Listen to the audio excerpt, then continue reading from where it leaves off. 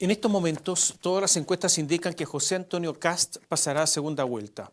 Puede pasar en primero o segundo lugar. Hasta hace poco, todas las encuestas daban por ganador a Gabriel Boric en segunda vuelta, pero hay algunas que indican que ganará Kast.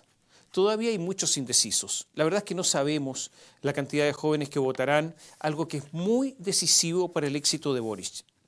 Lo cierto es que es posible no recordar porque no existe una disputa electoral entre dos candidatos que ofrezcan modelos tan distintos para el país. Es posible, no recuerdo cuándo esto se produjo. Algunos dirán que fue la elección de 1970 en que triunfó Salvador Allende. Puede ser, aunque en ese tiempo Chile era un país mucho más estatista, la derecha era bastante estatista y en medio de la Guerra Fría. Digámoslo una vez más, Chile ha vivido una revolución. La constitución actual casi no existe y la convención está redactando una nueva constitución. El plebiscito para redactar esta nueva constitución fue aprobado por un 78%. En la elección de miembros de la convención constitucional, la derecha fue reducida a un insignificante número de constituyentes, de leves constituyentes. Lo lógico es que en este proceso refundacional en el que entró el país, gane Gabriel Boric. Eso es la lógica.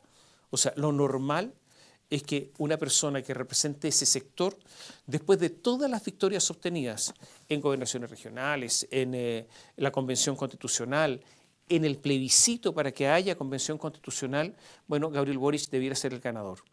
Su programa de gobierno, centrado en la redistribución del poder y en el cambio generacional, debiera ser la continuación entonces de la revolución. Una victoria de José Antonio Kast podría verse como la contrarrevolución. Y es raro que ocurra, y solo se explicaría por la increíble actitud de la oposición ante la violencia que se prolongó durante meses y meses. Ante saqueos, vandalismo y agresiones, sin siquiera alguna palabra para las víctimas, muchos callaron convenientemente en la izquierda y en la centroizquierda, otros avalaron y otros teorizaron, como Fernando Atria, quien, hay que reconocerlo, ya había anunciado que el régimen había que cambiarlo por las buenas o por las malas. Fue siempre sincero. Que Kast sea competitivo es gracias a ellos, algunos que se tornaron en revolucionarios en edad tardía. También hay que decirlo, el desempeño de Gabriel Boric en el último mes, dando explicaciones una y otra vez, sin respuestas, con olvidos y tartamudeos, ha ayudado a Kast. ¿Es raro? No, no tanto. No tanto en el caso de Boric. El problema es que José Antonio Kast lo respalda un partido muy pequeño, que casi no existe, el Partido Republicano, está bien peleado con la derecha, que por lo demás es y será minoría. En un eventual gobierno de Kast, ¿quiénes serán sus ministros? Tendrá una oposición durísima en el Congreso y una convención constitucional que presentará una constitución muy lejana a sus ideas. El plebiscito de salida se convertirá en eso, en una lucha fratricida y también en un plebiscito sobre su gestión y permanencia en el gobierno. Va a ser muy duro todo eso. Pero hay algo más. El programa de José Antonio Kast parece redactado por un, digámoslo así, un policía. No reúne las condiciones de un programa de gobierno. Es simplón, casi de escolar en algunas materias. Y si la derecha se ufana casi siempre que mientras la izquierda no sabe sumar y restar y ellos sí, el programa de Kast no cuadra por ninguna parte en materia económica. La verdad es que no soporta la revisión más simple. Es posible que sea el programa hecho para una minoría, para el 15% que con mucho Kast soñaba obtener y ahora para su sorpresa, que se encuentra ante una posible llegada al gobierno, simplemente el programa no da el ancho. O sea, Kast no tiene partido, no tiene equipo de gobierno y hoy tiene un programa que en realidad no es un programa. Kast propone mantener el modelo, pero este es un modelo que la gente quiere cambiar y que necesita, aunque se quiera mantener, de enormes cambios. El programa de Kast no habla de eso. Kast desea reducir los impuestos, por ejemplo, pero eso no es posible. Es tal el déficit fiscal chileno, son tantos los compromisos económicos, son tantas las demandas, que es totalmente inviable. Dice que va a bajar 10 puntos los impuestos a las empresas. Eso es hoy una promesa simplemente populista. El modelo chileno, además, tiene enormes distorsiones. En Chile el modelo no cumplió con la promesa de igualdad de oportunidades, no se cumplió la promesa de premiar el mérito, no se cumplió la promesa de mercados competitivos. La enorme y obscena concentración económica no es tema en el programa. Es más de lo mismo, con la clásica receta de la derecha en tantas partes en el mundo de solo bajar impuestos. Eso lo condena al fracaso, y además fracaso en tiempo corto.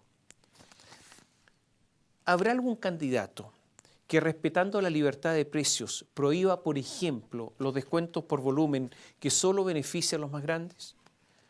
¿O que vea que los supermercados no impongan condiciones leoninas a los proveedores, o que los locatarios de los malls, esos arrendatarios, no sufran el abuso constante de los propietarios de los malls? ¿Será posible que no haya permanentes actos predatorios en algunos sectores en nuestro mercado? ¿Entenderá Kast que el exceso de poder económico, como consecuencia de la enorme concentración económica que hay en Chile, configura un poder que no es democrático? Hablamos en la lógica de Kast, ¿no? Él quiere mantener el modelo, pero le falta mucha sustancia y da la impresión que en Chile, si uno lee ese programa, no ha pasado nada. Hay cierto consenso que las primeras manifestaciones de descontento ocurrieron con la Revolución Pingüina. El programa es totalmente rústico en educación. Mucha palabra o palabrería y poca sustancia. ¿Cómo recuperar en la educación el rigor? ¿Cómo estandarizar el mínimo de conocimientos universitarios? ¿Cómo formar decididamente mejores profesores? Son algunas preguntas obvias, pero que no tienen respuesta. ¿Qué es lo que es Kast? Kast es un conservador de derecha. Quiere retirar el proyecto de las 3 causales de aborto, pero el país no quiere eso.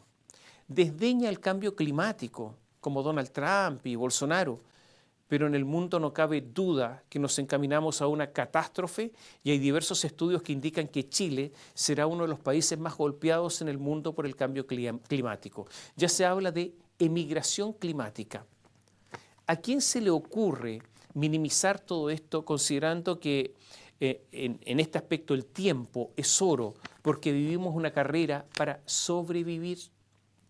El programa dice lo siguiente, que para recuperar la agricultura se propone avanzar en la aceptación de que las especies de flora y fauna que conviven con la población humana o son influidas por esta deben buscar un camino para, y esto entre comillas, pagar su derecho a existir y prosperar en manos de sus guardianes.